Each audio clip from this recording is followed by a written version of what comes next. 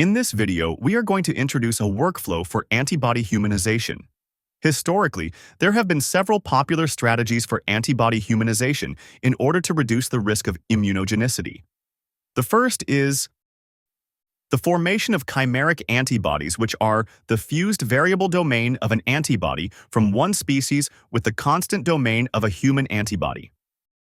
The first chimeric antibody was approved by the FDA in 1994, and in recent years it has become less popular compared to other humanization techniques, such as CDR grafting, which is the grafting of non-human CDRs onto human frameworks. The last technique that we'll cover is genetic modification to form transgenic animals. Transgenic animals, typically mice, have human immunoglobulin genes replacing the endogenous animal immunoglobulin genes in their genome. This allows the animals to synthesize their own human antibodies, thereby reducing concerns of immunogenicity. Of the 28 humanized antibodies approved by the FDA in between 2002 and 2018, a majority have used some kind of transgenic mouse for humanization. In this example, we will be focusing on CDR grafting, though you can also build chimeric antibodies in the Antibody Structure Prediction panel. CDR grafting is an iterative process where you find a potential human framework donor, potentially retain or mutate select framework residues back to their non-human form, experimentally evaluate the resulting antibody, and then potentially make further adjustments to which of the non-human residues are grafted or even switch to a new framework donor. The overall workflow for computational antibody humanization through CDR grafting is as follows. You load in your structure, potential human frameworks are detected by screening the PDB and ranked by a scoring function. The grafting job is run, and then you can optionally make back mutations. In addition to retaining the CDRs during grafting, we have found that it is best to also include the canonical structural residues, also known as CSRs, and the Vernier zone residues. The CSRs are framework residues which are important in determining CDR conformations.